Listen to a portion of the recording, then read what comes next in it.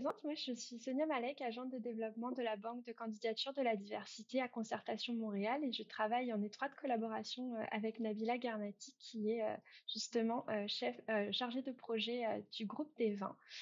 Donc on va vous expliquer un petit peu plus en détail justement la démarche de ce groupe qui vise à développer et outiller les organisations qui souhaitent s'engager pour une gouvernance plus inclusive.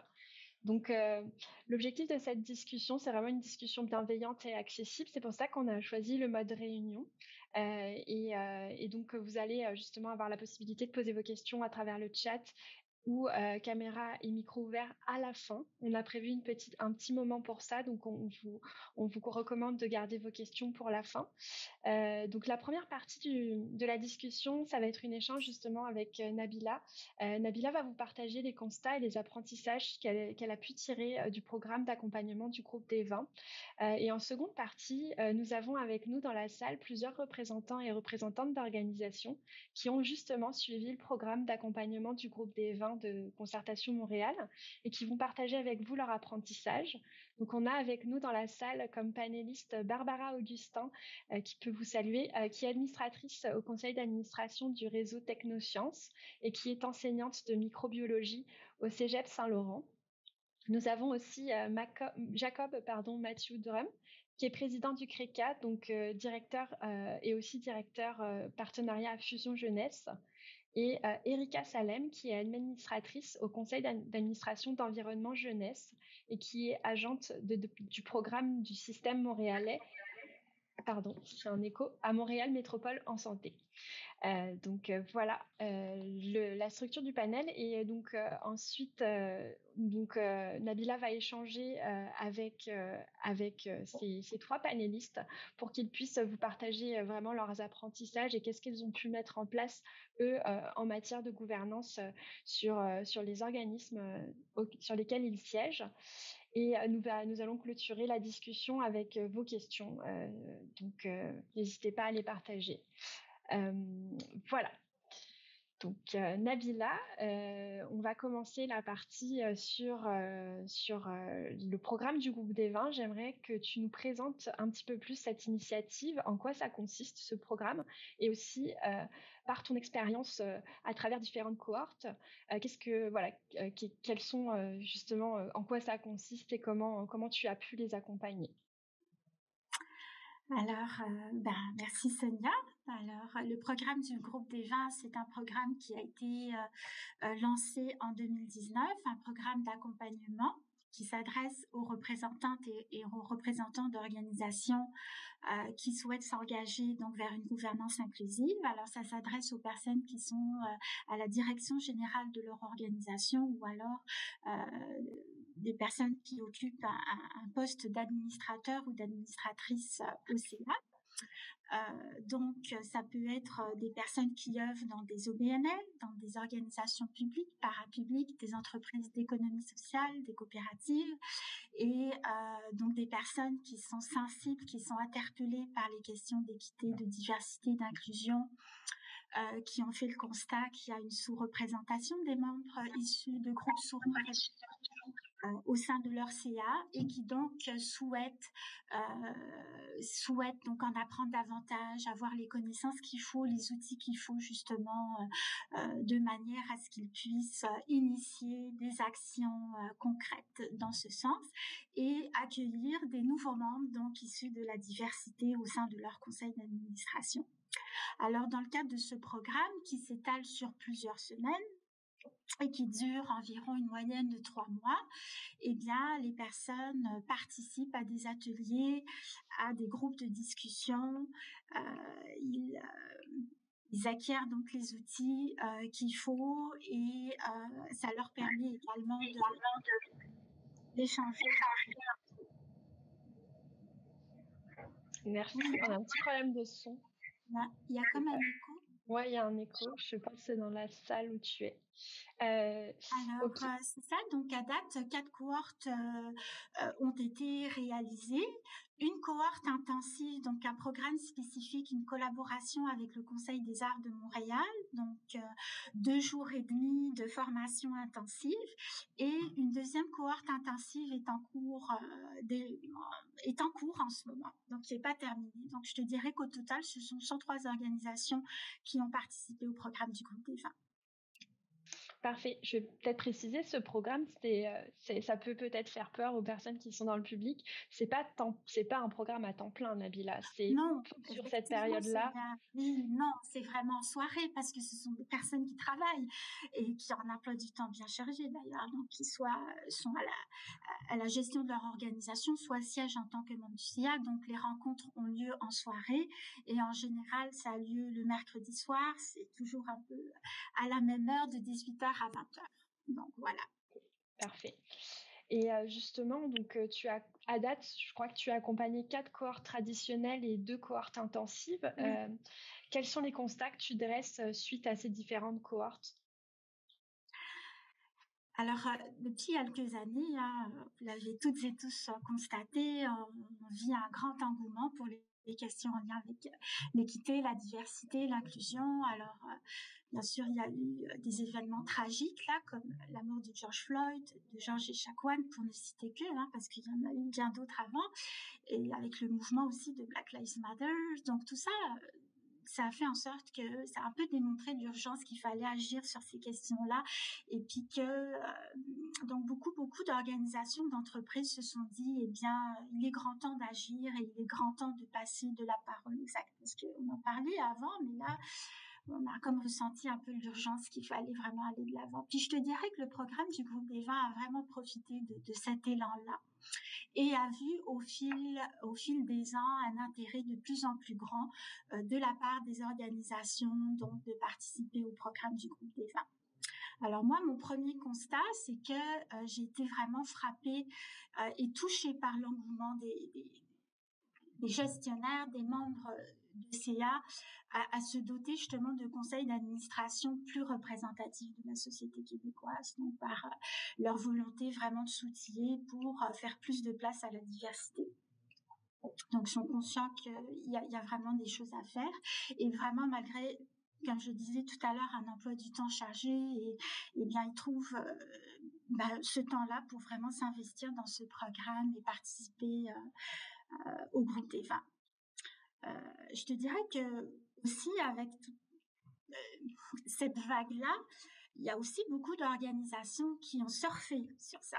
Pas toujours de façon sincère, souvent par opportunisme, on va se le dire, pour une question d'image ou alors pour d'autres considérations. Mais je te dirais que c'est vraiment pas le cas des personnes qui ont participé au programme du groupe des 20. Vraiment, c'est des personnes qui l'ont fait vraiment par engagement et motivation sincère. Le deuxième constat que j'ai dressé, donc par rapport à mon accompagnement des cohortes, c'est, je pensais vraiment candidement au départ qu'il suffisait d'acquérir les outils puis les connaissances pour pouvoir finalement rendre nos organisations, puis rendre des organisations inclusives. Et puis on savait après ça des outils, des ateliers, puis hop, bingo, ça allait être facile. Puis que finalement, c'était loin d'être le cas. Et le programme, c'est vraiment un enchaînement qui un cheminement que les personnes effectuent. Donc c'est un cheminement, c'est des prises de conscience, c'est une introspection de soi, c'est une introspection de son style de leadership.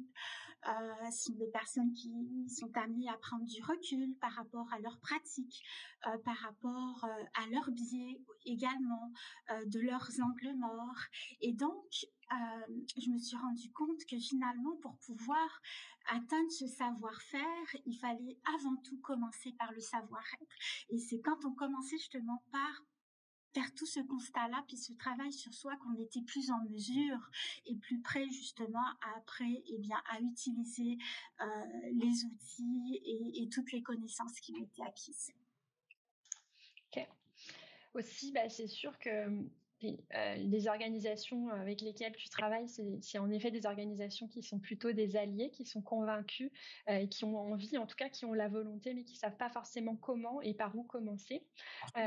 Peut-être que pour les personnes aussi qui sont dans la salle, je pense que ce serait important de revenir sur les notions d'équité, de diversité et d'inclusion, car on en entend beaucoup parler, mais il y a souvent de la confusion entre ces différentes notions. Donc, est-ce que tu pourrais prendre un petit moment pour clarifier ces notions-là avec le public, s'il te plaît? Oui, bien sûr. Alors c'est ça, il y a une confusion, comme tu disais Sonia, puis il y a une confusion surtout entre deux termes, donc égalité et puis équité par exemple. Souvent on mélange un peu les deux. Alors quand on parle justement d'égalité, ben, ça consiste à offrir exactement le même traitement à chaque individu. Alors tous les individus sont traités de la même manière à travers des pratiques applicables à toutes et à tous. Donc ce modèle-là qui prévalait au départ, au tout début, eh bien, a vite démontré ses limites. Donc après est venu le terme équité. Donc l'approche équitable, c'est que certaines personnes vont recevoir un traitement différent qui va leur donner un accès égal. Alors ils sont traités de façon équitable selon leur réalité. Là, donc, l'approche équitable va permettre de corriger certaines inégalités. Et il y a la notion d'accommodement. Alors ça pour ces deux notions, puis de plus en plus, il y a une autre approche qui a vu le jour, mais dont on parle à peine, eh bien c'est l'approche inclusive, donc qui repense complètement le modèle et revoit en profondeur toute la façon de faire. Donc on est vraiment ici, à ce stade-ci, c'est vraiment fascinant, on est dans une logique de transformation et de mutation. Alors ça, c'est pour les notions donc égalité, équité. Donc, quand on parle de diversité, eh bien, on fait référence aux caractéristiques, dimensions, donc telles que le sexe, le genre, l'origine ethnique, l'orientation sexuelle, la situation de handicap. On parle d'âge, personnes des Premières Nations, donc métis, inuits. On parle aussi de neurodiversité, de plus en plus aussi. Alors, quand on parle donc de diversité, on fait référence à une réalité multidimensionnelle. Et faut savoir que ces catégories donc sociales se chevauchent et puis interagissent aussi entre elles. C'est pas juste parfois le cumul de tout ça, mais c'est vraiment l'interaction. Et puis quand on parle justement d'interaction de toutes ces couches-là qui peuvent se superposer, ben là on parle de notion d'intersectionnalité à ce moment-là. Donc la diversité, c'est un choix. Par contre, l'inclusion, c'est un fait, pardon. C'est l'inclusion qui est un choix. Et donc l'inclusion, quand on parle d'inclusion, on parle justement de création d'un environnement de travail qui va justement valoriser l'équité, qui va donner aux gens ce dont ils ont besoin pour s'épanouir, donc des personnes qui vont se sentir comprises, qui vont se sentir respectées aussi, valorisées, et surtout chacun va pouvoir exprimer son être authentique, donc qui il est vraiment, et pas devoir simuler ou se cacher pour justement se sentir appartenir au groupe. Et des personnes aussi qui vont sentir qu'elles ont les mêmes chances égales d'évoluer au sein de l'organisation. Donc ça, c'est quand on parle d'inclusion. Alors c'est sûr que si on se limite seulement à la notion de diversité, sans se préoccuper de l'inclusion, ben là, on risque vraiment d'instrumentaliser les personnes issues de groupes sous-représentés et peut-être même sombrer dans ce qu'on appelle la tokenisation. Donc, c'est vraiment la tokenisation, une pratique qui va consister à faire des gestes symboliques. On va recruter des personnes issues de groupes sous-représentés pour créer finalement une apparence d'équité sur le lieu de travail. Alors, voilà. Donc ça, c'est les risques. Et les risques de ça, eh bien, ça amène une charge mentale pour les personnes issues de groupes sous-représentés, parce qu'elles vont très bien constater que, eh bien, on parle de diversité, mais dans le fond, il n'y a pas vraiment d'environnement inclusif. Et cette charge mentale-là est vraiment présente dans les groupes sous-représentés. Et d'ailleurs, ça a été documenté par le COCO, la coalition des organismes communautaires, qui ont fait une recherche par rapport à ces éléments-là. Et il y a aussi Catalyst qui a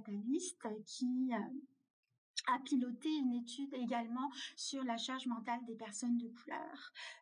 D'ailleurs, nous avons organisé un webinaire. Sherazade est venue présenter cette étude-là et a parlé de cette thématique-là. Donc, Virginie, ma collègue, va vous partager le lien de ce webinaire-là et puis de l'étude aussi.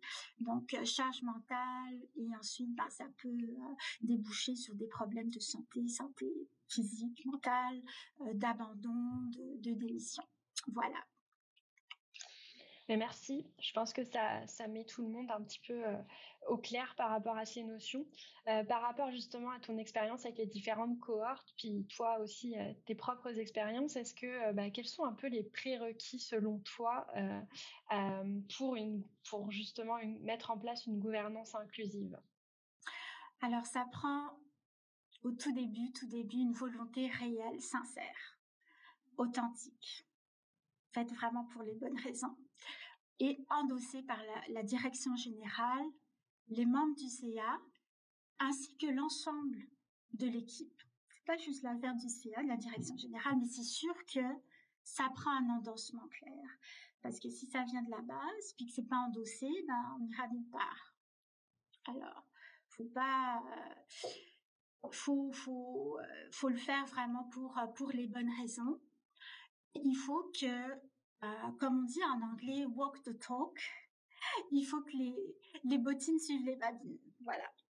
Il faut vraiment aller, parce que sinon, on va s'en rendre compte. Sinon, au cours de chemin, que ça n'a pas été vraiment fait d'une façon authentique. Alors, voilà. Ensuite, dans un deuxième temps, je te dirais qu'il faudrait que l'organisation fasse un diagnostic par rapport à ces questions-là. Vraiment, regarde sa réalité, ses pratiques, vraiment fasse toute une analyse. Donc, regarder la composition de son équipe, du CA, composition du membership, c'est qui bénéficie des services de l'organisation, du territoire dans lequel se situe l'organisation, quel est l'historique de l'organisation par rapport à ces questions-là, mais aussi faire une réflexion, c'est ça, sur la pratique organisationnelle, et aussi de prendre le pouls au niveau du climat de travail. Donc, aussi prendre le pouls des employés, parce que qui d'autre que pour vraiment nous informer sur comment ils se sentent au travail et comment ils se sentent par rapport à toutes ces questions-là. Donc, il y a les pratiques organisationnelles, mais il y a aussi au niveau de l'équipe. Et ça prend du courage. Bien évidemment, c'est sûr. Le courage et confiance en soi aussi, et puis la motivation. Voilà. Ensuite, dans un troisième temps, initier des espaces de discussion sécuritaires. Permettre vraiment à chaque personne de discuter, de donner, d'exprimer son ressenti, et puis de voir aussi qu'est-ce que les personnes pensent, que ce soit fait dans un espace sécuritaire, bienveillant, où chaque personne aussi va pouvoir donner sa définition de c'est comment elle définit ces notions-là, qu'est-ce que ça signifie au juste pour elle, identifier les craintes et les peurs, parce que oui, il y en a, puis c'est normal qu'il y en ait, mais pas avoir peur aussi des malaises, pas avoir peur aussi des situations d'inconfort. Au contraire, c'est ces situations-là qui nous renseignent énormément et qui nous apprennent beaucoup. Alors voilà, puis après, bien sûr, se former, s'outiller sur ces questions-là et co-construire ensemble avec l'ensemble des parties prenantes, justement ce fameux plan d'action-là. Et puis c'est en le faisant comme ça, que tout le monde va vraiment se sentir mobilisé, engagé, concerné par ces questions-là. Idéalement, il faudrait inclure ces valeurs-là dans les valeurs de l'organisation. Et ensuite, planifier l'équité, la diversité, l'inclusion dans le plan stratégique de l'organisation. Moi, à mon avis, c'est vraiment les étapes indispensables à initier si on souhaite s'engager vers une gouvernance inclusive. Oui, c'est ça, c'est que c'est vraiment, ça fait partie du plan d'affaires, du plan de gestion de l'organisation et c'est pas une stratégie ad hoc. L'équité, diversité, inclusion, il faut que ce soit vraiment au cœur et que ce soit transversal, que ça aille, euh, que ça paraisse dans toutes les initiatives, dans toutes les actions de l'organisation. Que ce soit un petit peu la feuille de route transversale. Absolument, absolument. Puis tu amènes un élément extrêmement intéressant, Sonia, parce qu'effectivement, tu sais, prenons l'exemple, le gestionnaire, personnes au CA sont très concernées par ces questions, mais d'autres personnes au sein de l'équipe ne le sont pas. Ben, ces personnes-là, ça va créer un climat de travail pour d'autres collègues pas du tout inclusif. Donc, c'est vraiment important que tout le monde soit de la partie et co-construire ensemble un modèle, ça me paraît vraiment indispensable. Très bien. Et oui, il y a aussi le volet de la culture organisationnelle. C'est que ça doit être inclus dans les valeurs, dans le plan stratégique, mais après il va falloir que ça coule dans la culture Exactement. organisationnelle. Chacune des actions doivent être vraiment teintées de ces valeurs-là, puis que c'est pas juste.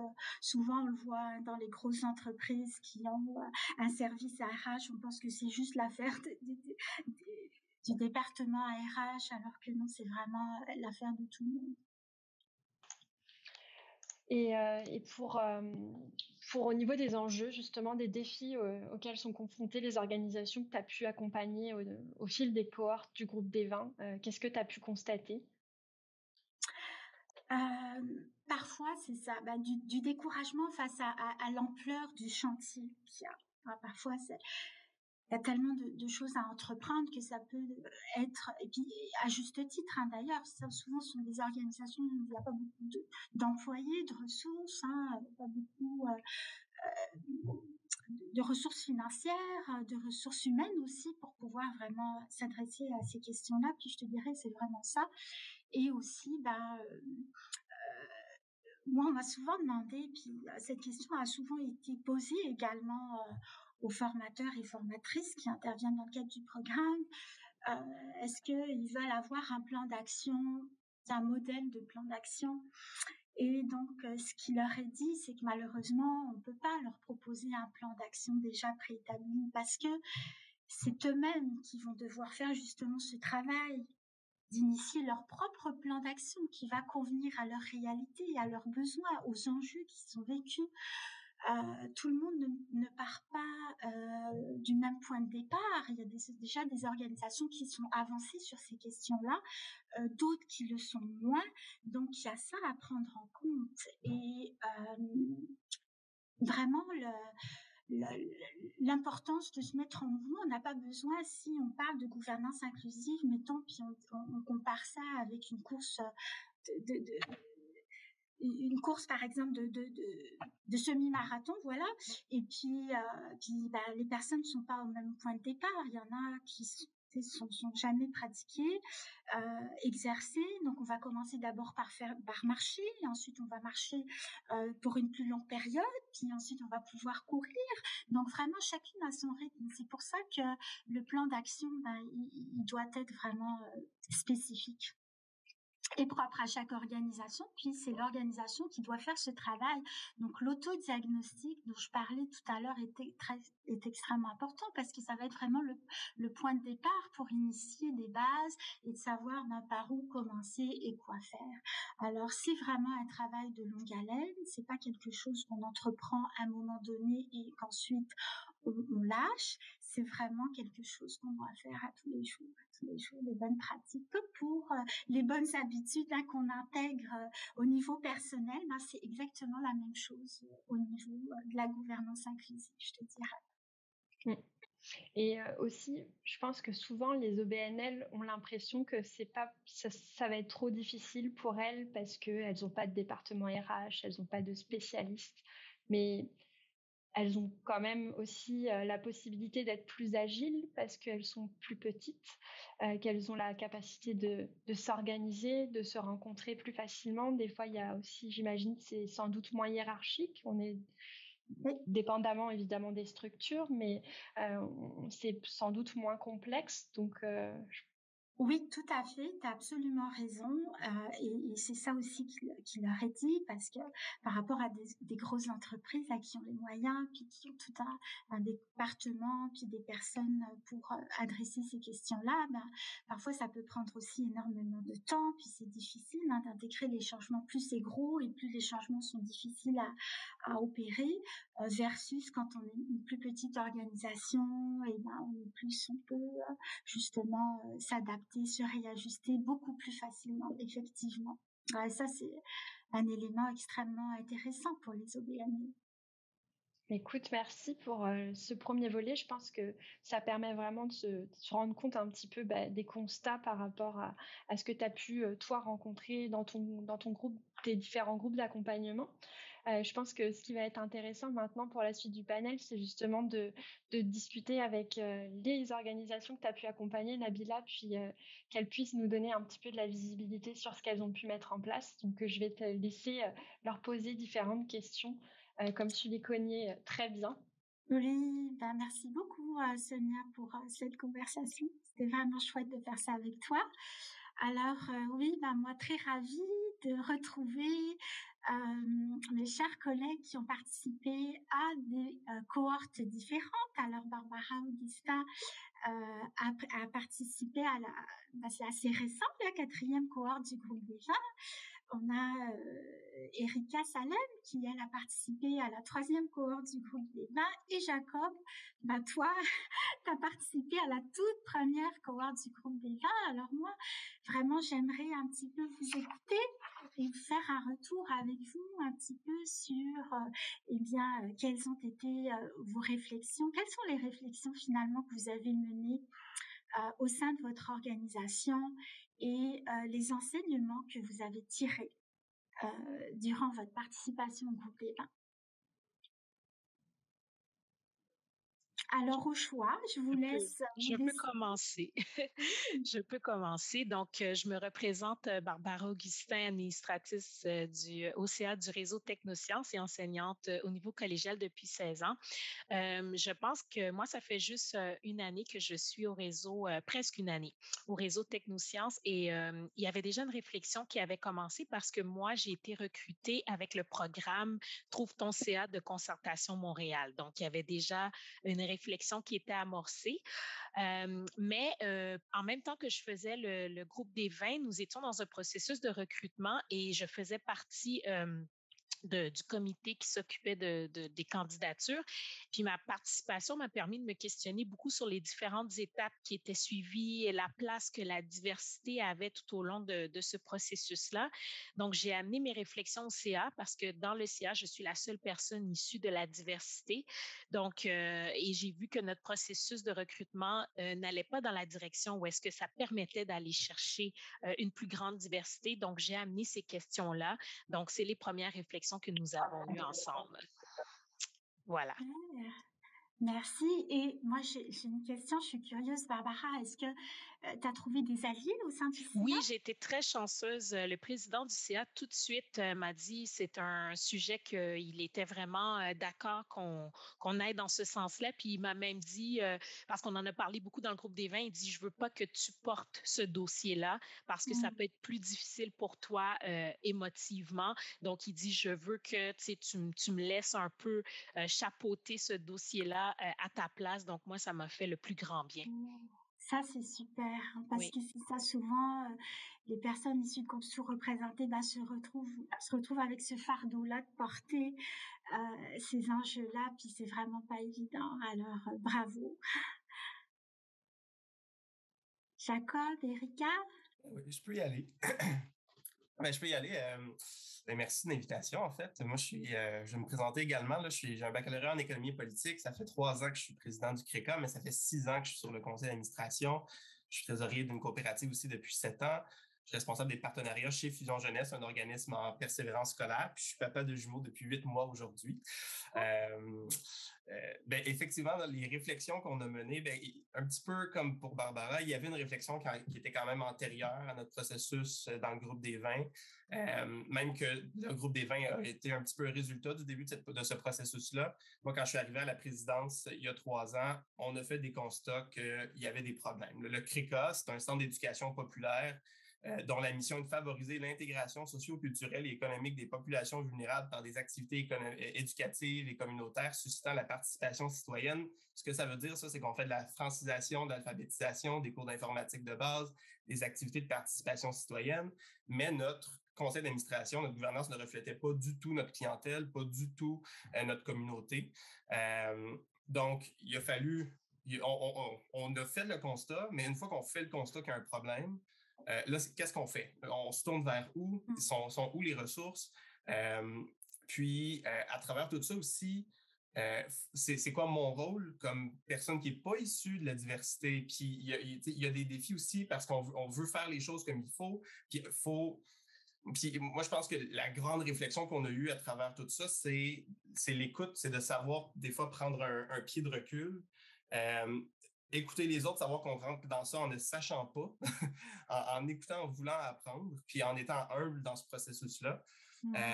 C'est ce qu'on a essayé de transmettre à l'équipe pour progresser, justement. Okay. Très intéressant. Donc, tu disais que la réflexion a été menée bien avant la participation du CRECA au groupe des vins.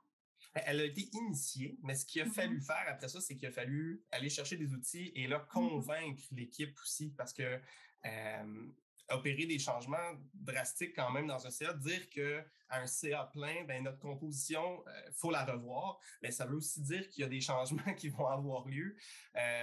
Donc oui, ça demande d'expliquer, de vulgariser, puis d'avoir des outils comme les outils de concertation puis du groupe des vins pour après ça se retourner puis être capable de bien porter puis s'assurer que tout le monde est uni derrière les efforts.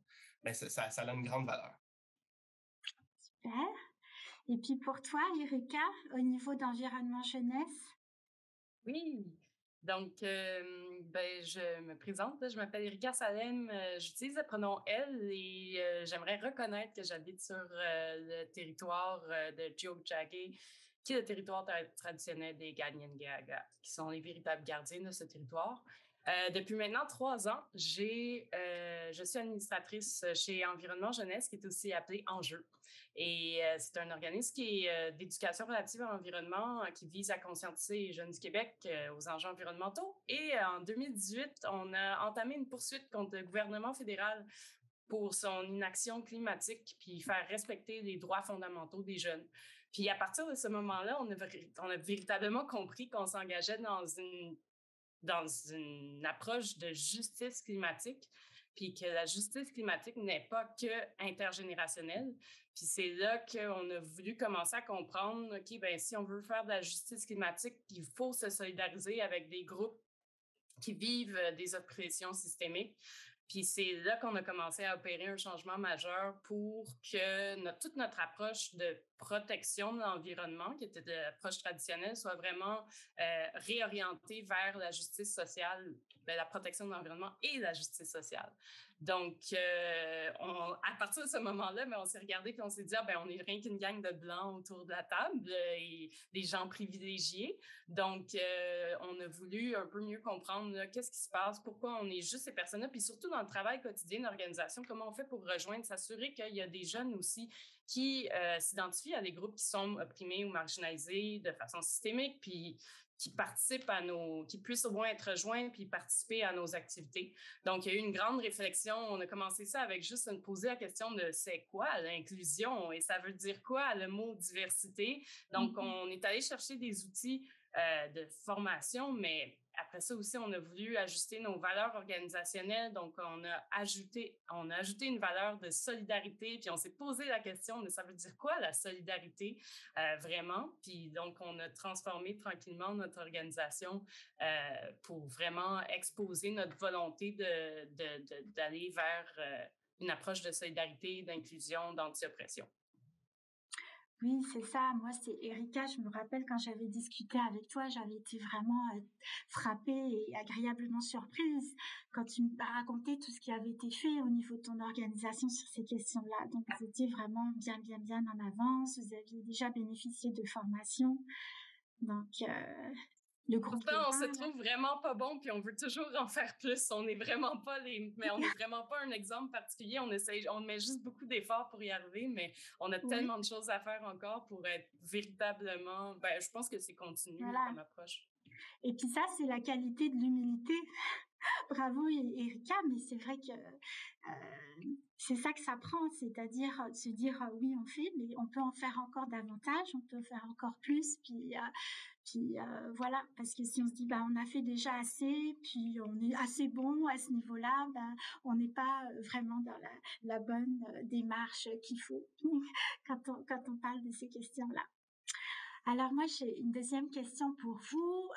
Barbara, toi, tu as terminé il n'y a pas très longtemps la cohorte. Alors peut-être pour Jacob et puis pour Erika, qui ont eu quand même du temps, où du temps s'est écoulé entre la fin du programme, mais c'était quoi les initiatives en gouvernance, en équité, en gouvernance et en inclusion que votre organisation a mis sur pied?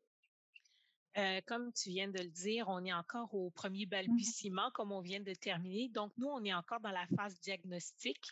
Donc, on est en train de faire un état des lieux, un constat de quelle est la situation pour le réseau Technosciences, en commençant par le CA, bien entendu. Donc, je te dirais qu'on est pas mal rendu là. Par contre, à cause que j'ai parlé beaucoup du processus de recrutement, que je trouvais qu'il y avait quelque chose à faire par rapport à ça pour augmenter la diversité, on a commencé à travailler déjà là-dessus. Donc, on est en train de peaufiner notre processus afin que, par exemple, de mieux utiliser la matrice des compétences, de faire un appel à candidature qui est non biaisé, qui ne va pas comme tout de suite d'emblée éliminer certains groupes, peut-être des fois dans la formulation, ouvrir les réseaux de diffusion pour nos appels à candidature parce que j'avais remarqué que ça avait tendance à rester dans les réseaux très près des différents administrateurs. Donc, on s'est dit, il faut aller chercher d'autres banques, comme par exemple de Concertation Montréal, qui fait un très bon travail de ce côté-là. Donc, on est dans ce processus-là présentement. Donc, c'est beaucoup de discussions, puis tranquillement, on met en place quelques éléments. C'est super. Et puis, de ton côté, Jacob, au CRECA, toi, tu étais vraiment parmi les premiers. Où est-ce que ça en est? Ça a eu un impact. C'est ça qui est bien, en fait, c'est que là, on peut regarder en arrière puis voir l'impact que ça a eu. Puis les personnes qu'on a recrutées ont commencé à cheminer aussi à l'interne. Mais donc, une des premières structures qu'on a mises en place, c'est un comité de recrutement. C'est niaiseux, mais ça nous permet d'être proactifs sur ce qu'on fait. Puis à partir des constats, s'assurer que les bottines suivent les babines, qu'on prend des actions concrètes pour aller chercher les bonnes personnes. Le comité de recrutement, ce qu'il nous a permis de faire, c'est de réaliser qu'on manquait d'outils pour aller chercher des candidatures dans ce qu'on voulait. Puis, on s'est tourné vers Concertation Montréal encore une fois. On a parlé avec Sonia, justement, de la banque de candidatures qui nous a permis de recruter 2 personnes exceptionnelles. Puis, en plus de ça, on a recruté quelqu'un avec l'activité Trouve ton CA. Donc, 3 personnes déjà à date dans le CA qui sont là depuis maintenant longtemps, qui se sont stabilisées, qui sont confortables avec nous.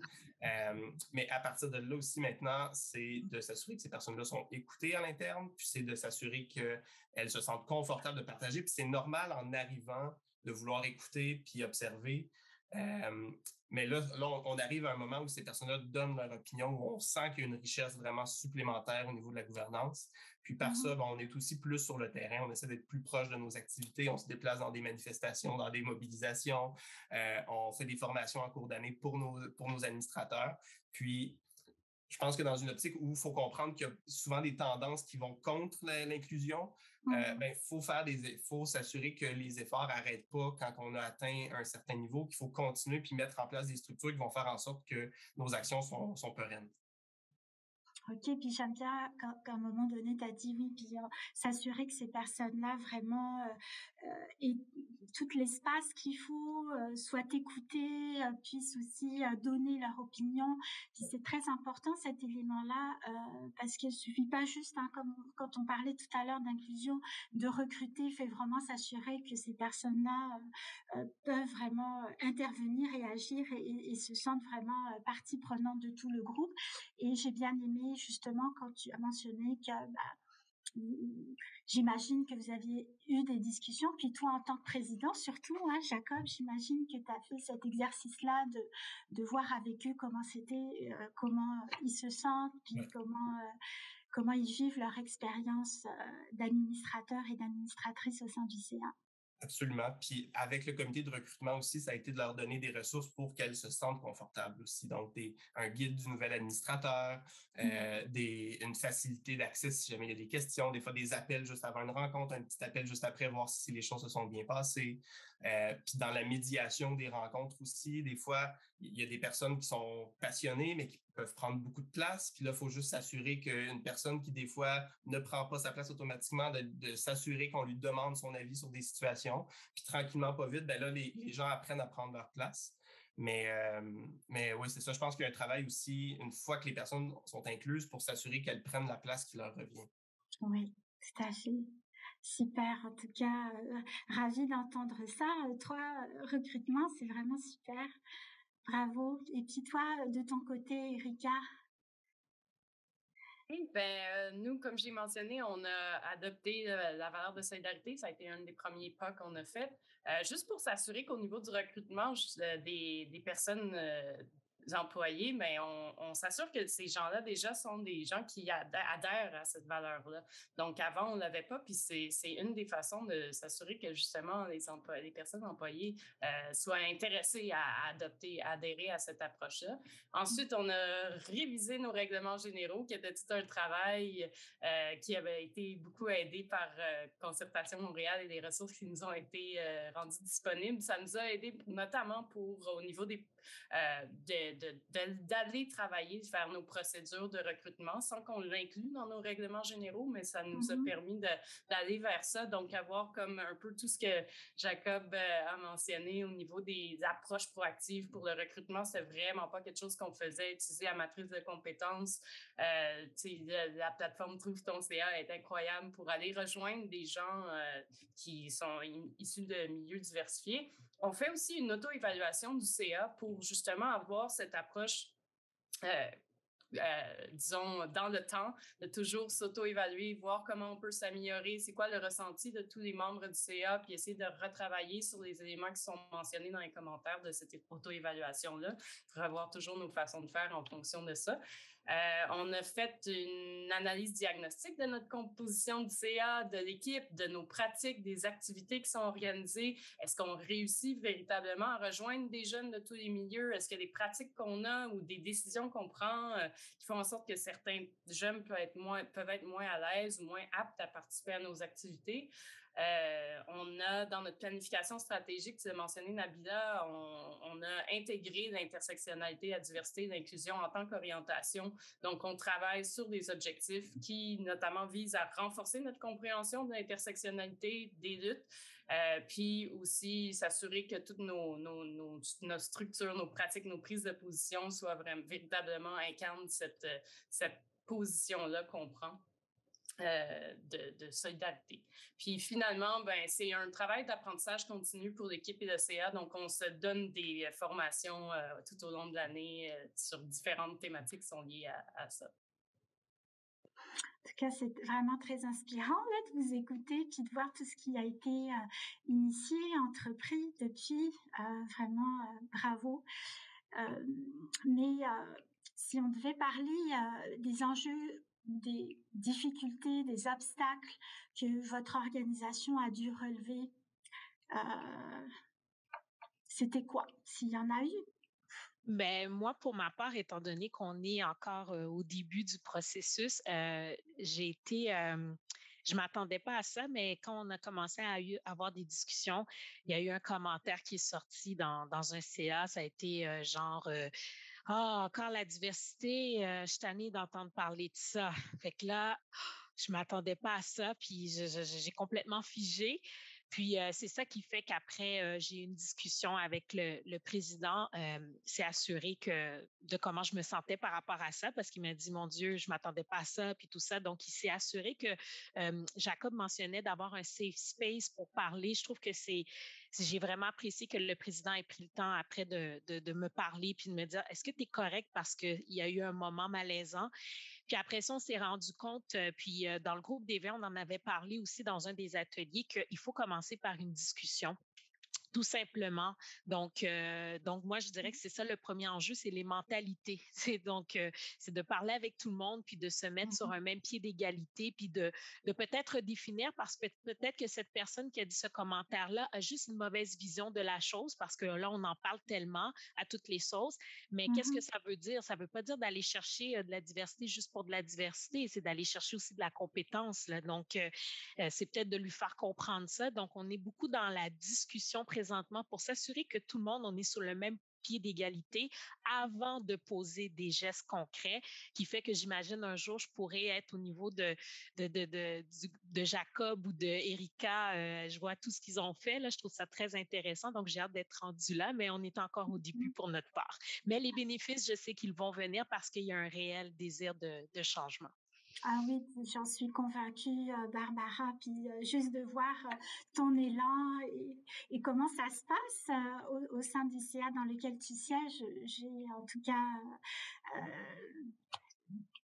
j'ai pas le terme là, mais je suis sûre que tu sais, des bonnes choses encore seront à venir. Et puis j'ai hâte de t'écouter et que tu partages avec moi les développements dans ton CA. Jacob, Erika, vous, ça a été quoi les enjeux ou les difficultés un peu que vous avez senties? C'est la réticence. Puis je pense qu'il y en a une réticence parfois quand on veut faire des changements. Puis c'est un petit peu ce que je disais au début. Quand on a un CA plein, puis on veut changer la composition, nécessairement, ça signifie qu'il y a des personnes, qu'il doit y avoir une rotation au niveau des personnes dans le CA. Puis, de commencer ce processus-là, ça envoyait un message quand même qu'on voulait changer puis qu'on n'était pas satisfait. Fait qu'il faut... Puis des fois, il faut faire attention parce qu'il y a des personnes qui vont prendre des constats de l'organisation, se les approprier puis se les prendre personnels. Donc, c'est de s'assurer de bien naviguer ça. Puis c'est là qu'on a besoin d'outils. Hein? c'est là des fois qu'on se tourne puis on ne sait pas quoi faire. Mais souvent, c'est juste d'avoir une conversation, exactement comme Barbara dit. C'est d'avoir une conversation avec les gens, de leur expliquer la valeur du processus, la valeur réelle du processus. C'est pas seulement de recruter la diversité, puis d'avoir de la diversité sur le CA et voilà, on fait la même chose qu'avant, mais avec des personnes de la diversité sur notre conseil d'administration. On le fait parce qu'il y a un réel avantage à le faire. Puis on le fait parce qu'on veut se reconnecter avec des enjeux peut-être qu'on comprenait pas ou qu'on n'a pas nécessairement la capacité à comprendre. C'est d'initier le dialogue, puis le dialogue doit continuer avec les années, puis il doit rester, puis la sensibilité doit demeurer. Il faut juste le rappeler une fois de temps en temps pour que les gens s'en rappellent. Oui, puis naviguer aussi avec aisance dans des situations un peu malaisantes ou difficiles. C'est normal à un moment donné qu'il y en ait, puis de pouvoir de démystifier, d'essayer de voir où se situent les inconforts, donc communiquer. Et parfois, tu disais, c'est vrai, ça prend des outils. Il y a des organisations qui font appel à des personnes externes pour piloter ces groupes d'échange et des discussions. Donc, ça peut se faire aussi de cette façon-là. Une personne externe qui vient, puis qui pas de la médiation, là, mais quand même qui anime ces rencontres d'échange-là pour que ça se passe le mieux possible. Exact. Merci. Ceci étant dit, ça s'est bien passé en bout de ligne. Là. Je veux pas faire peur à personne, mais il faut juste s'attendre à des défis, puis il faut travailler pour vrai. C'est du vrai travail. Absolument, puis c'est ça qui nous fait grandir finalement, parce que c'est une situation un peu plus difficile, complexe. Il y a beaucoup de leçons qu'on tire de ces moments-là, donc il faut au contraire les saisir comme une opportunité pour justement avancer. Et puis toi, Erika, Oui, ben de notre côté, on était vraiment motivés au début, mais les enjeux, les obstacles, c'était plus du côté de la peur de mal agir. Donc, on était dans une situation vraiment on était complètement incapable de faire le premier pas parce qu'on disait, ah, mais est-ce qu'on est correct? Est-ce qu'on va bien faire? Est-ce qu'on va s'y prendre de la bonne façon? Donc, il n'y avait rien qui se passait pendant un temps parce qu'on n'était pas capable. Puis c'est là qu'on s'est dit, OK, on va aller se prendre des formations. On va aller voir Inclusion Jeunesse. On va leur demander c'est quoi ça, l'inclusion. On va aller voir Mikana. Ils vont nous parler des luttes autochtones. On va essayer de voir les gens qui existent, qui peuvent nous aider puis nous outiller pour comprendre de quoi on parle, en fait, puis de se sentir un peu plus à l'aise de prendre des actions. C'est ça le gros premier pas à faire. Puis ensuite, ben, c'est qu'il faut rester vigilant aussi entre la volonté d'adopter une politique puis l'action véritable qu'on veut faire en tant que positionnement de l'organisme, puis d'avoir une approche proactive pour démontrer ce qu'on est en train de faire comme démarche. Donc, de pas, tu sais, s'assurer qu'on ne tombe pas dans le tokenisme, qu'on ne fasse pas juste s'afficher en tant qu'organisme qui veut bien être inclusif, mais qui finalement ne prend pas de façon quotidienne les actions tangibles dans ce sens-là. Puis, quoi d'autre? Il faut respecter surtout le fait que ça prend du temps. Ça prend du temps, tant au niveau des personnes impliquées dans le CA qu'au niveau des gens dans l'équipe, que dans la construction de véritable solidarité avec les groupes, les personnes qui peuvent justement faire en sorte qu'on soit plus liés. Nous, on se dit qu'on veut être en solidarité avec les groupes qu'on opprime.